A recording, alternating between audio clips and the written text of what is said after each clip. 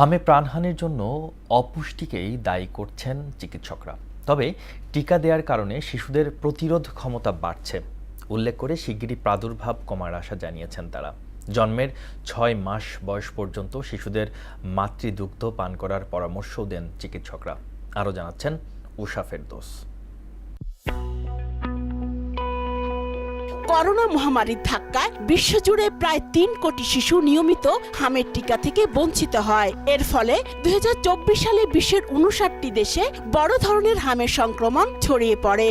বিশ্ব স্বাস্থ্য সংস্থা সতর্ক করে বলছে, কোন সম্প্রদায়ের অন্তত ৯৫% শিশুকে ২ ডোজ টিকার আওতায় আনা না গেলে হামের মহামারী প্রতিরোধ অসম্ভব।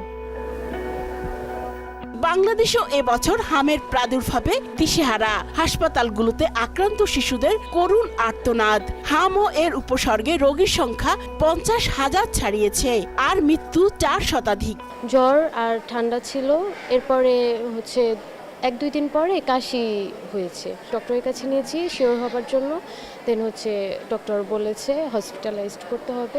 এখন শ্বাসকষ্ট হচ্ছে, তারপর সর্দি, জ্বর, কাশি আছে, খাবার খেলে বমি করে। জ্বর কমতেছে না, পাতলা পায়খানা, বমি, তারপর ভর্তি করাইছে। কালকে থেকে ধরা গেছে যে ভাইরাসের বিরুদ্ধে কোনো সুনির্দিষ্ট অ্যান্টিভাইরাল বা কার্যকর ওষুধ নেই, তাই শিশুদের পুষ্টিহীনতাকেই হামের জন্য অনেকাংশে দায়ী করছেন চিকিৎসকরা। হামে কয়টা ম্যাক্সিমাম মারা যাচ্ছে, কিন্তু যারা পুষ্টিহীনতা তাদের। তাহলে আমরা পুষ্টিটাকে যদি ইমপ্রুভ করতে পারি, নাম্বার 1, বিশেষ করে গর্ভবতী মা স্বাস্থ্য ভালো না হয়, তাহলে তার যে সন্তান জন্ম নেবে সেই সন্তানটা পুষ্টিহীনতার কারণে দুর্বল থাকবে এবং তার রোগ হওয়ার সম্ভাবনা অনেক বেশি। প্রথম ৬ মাস বাচ্চাকে এক্সক্লুসিভ মায়ের দুধ খেতে হবে, ১ ফোঁটা পানি দেওয়া যাবে না।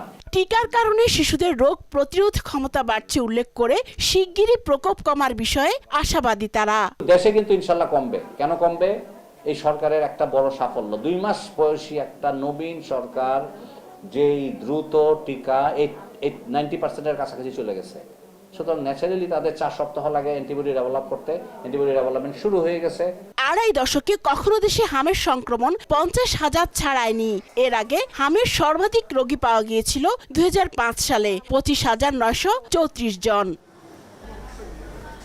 উষা ফেরদৌস, মোহনা সংবাদ, ঢাকা।